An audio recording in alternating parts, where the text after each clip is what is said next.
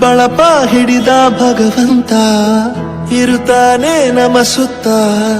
ಅವತಾರ ನಾನಾ ರೂಪವೋ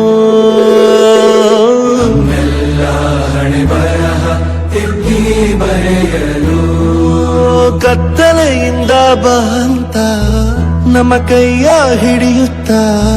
ಕರೆದೊಯ್ದ ಬೆಳಕು ತೋರಲು ಗದರೋದು ನಮ್ಮ ಬೆಳೆಸಲು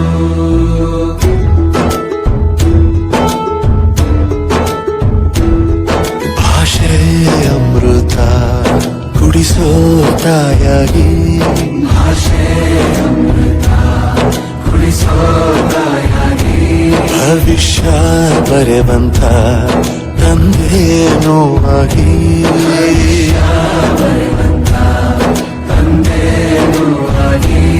ಚಂದದ ಜೀವನ